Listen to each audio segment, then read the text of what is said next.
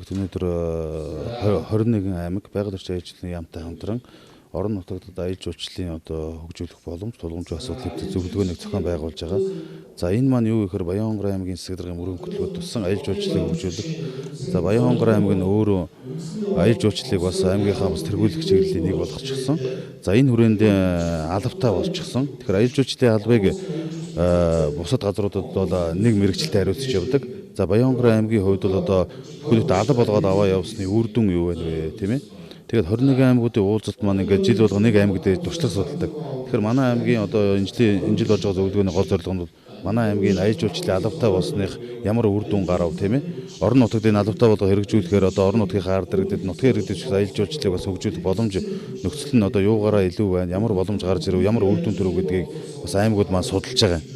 За цаашлаад бид нэр ямар зорилго агуулсан бэ гэхээр аялал жуулчлалын яамтайгаа хамтарч байгаа учраас яамандаа бид энэ орон нутгийн тулгамцсан асуудлуудыг тавьж ийж ер нь аялал жуулчлал гэдэг Монгол Улсын засгийн газар аялал жуулчлалын яамнаас ингээд төвшүүлж байгаа томоохон зорилт байж байгаа шүү дээ. Бүхэл сая жуулч аав нь тийм ээ.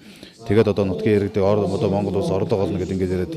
Тэгэхээр нэг аймаг дээр ганц мэрэгчлэлтнэр бол энэ асуудлыг шийдэхгүй маа.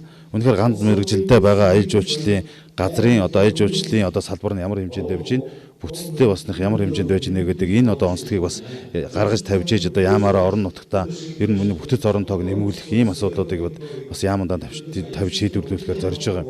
За нөгөө талдаа манайха Германы засгийн газар, Тайландын засгийн газар, Монгол Улсын засгийн газартай нийлээд хэрэгжүүлж байгаа бас төсөл байж байгаа тийм ээ. Хүртээнтэй доктортой аялал жуулчлал хүртээнтэй эдийн засаг гэдэг энэ төсөл. Тэгэхээр энэ гадны төслийн байгууллагууд ч гэсэн энэ бүхэл бүтэн бүтцтэй болсон аймагт ажиллах ямар үр дүн, ямар давуу тал байд юм бэ? Бүтцгүй байгаа нэг мэрэгчлэнтэй байгаа аймаг дээр ажиллахаар ямар бас асуудал байна вэ гэдгийг бас энэ дээр бас оролцож бас тэр ядгах тэр мэдээлэлд тавих юм. Тэгээд бас тодорхой хэмжээний саналуудыг хэлэлцүүлээд тэгээд эндээс гарсан саналаа орон нутгийнхаа бүхэл бүтэн аялал жуулчлалын газруудаас хамтраад яамандаа тавьж ийж Монголд цаашлаад Монгол Улсын засгийн газар тавьж асуудлыг шийдвэрлэхээр ийм зорилготой юм. Тэгээд дээр нь манай аймгийн бас энэ байгалийн үзэсгэлэнт газар манай аймагтай бас танилцах ийм арга хэмжээтэй.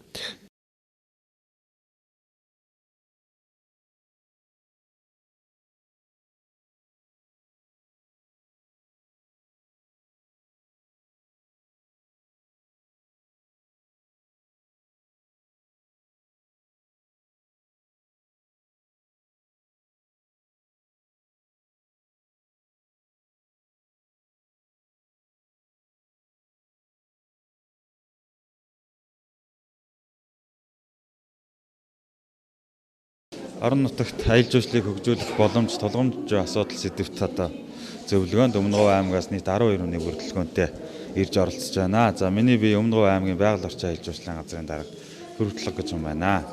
За манай аймаг бол аялал жуулчлалын хувьд бол бусад аймагуудыг бас төвшөнд харьцуулах юм бол харьцангуйгаагүй сайн хөгжиж байгаа гэж улсынхаа төвшөнд ярьдаг. Тийм ч учраас бид нар аялал жуулчлалынхаа бодлогын бичиг баримтуудыг шинжлэх ажлуудыг тогтмол хийж байна. 2012 онд мастер төлөвлөгөө маань шинжлэгдээд батлагдаа явуулсан бол яг өнөөгийн цаг үед бас л хуучирсан учраас энэ жил мастер төлөвлөгөөгөө шинжилж байна. Дээрээс нь улсын хэмжээнд нэлээхэн гол байр суурь эзэлдэг 3 сайхан уулын маань Ёлын ам, Хонгорын эс, тэгээ үлэг гөрөөлийн үлгийн нутаг болсон Баян цаг маань бол улсын хэмжээнд нэлээд их жуулчин ирдэг газрууд байдаг. Тийм ч учраас энэ газруудынхаа менежментийг сайжруулах гэсэн үйл ажиллагаануудыг зохион байгуулаад явж байна.